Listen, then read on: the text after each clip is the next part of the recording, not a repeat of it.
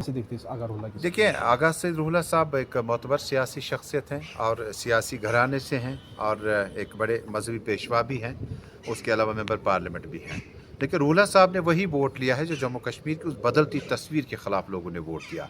उस वक्त मुझे याद है कि उमर अब्दुल्ला साहब ने कहा था, जब आगा सईद रुहल्ला साहब ने चीफ स्पोक्स पर्सन की हैसियत से एक बार इस्तीफ़ा दिया था, उन्होंने कहा था कि जब उन्होंने वापसी की थी कि वो नेशनल कॉन्फ्रेंस के साथ तो हैं, लेकिन चीफ स्पोक्स पर्सन की तरफ से वो इस्तीफ़ा देते हैं। उमर साहब ने कहा था कि अपना बयान जिस अंदाज से वो देते थे उसमें कोई रुकावट नहीं आएगी।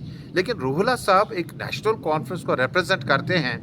क्या पीछे में नेशनल कॉन्फ्रेंस को एंडोर्स करता है, इसकी तायीद करता है कि रुहल्ला साहब जो पार्लियामेंट में कहते हैं, जो रुहल्ला साहब अवामी जनसभों में कहते हैं, उसकी तायीद नेशनल कॉन्फ्रेंस को ज़्यादा और किसी की कन्फर्मेशन की ज़रूरत नहीं है।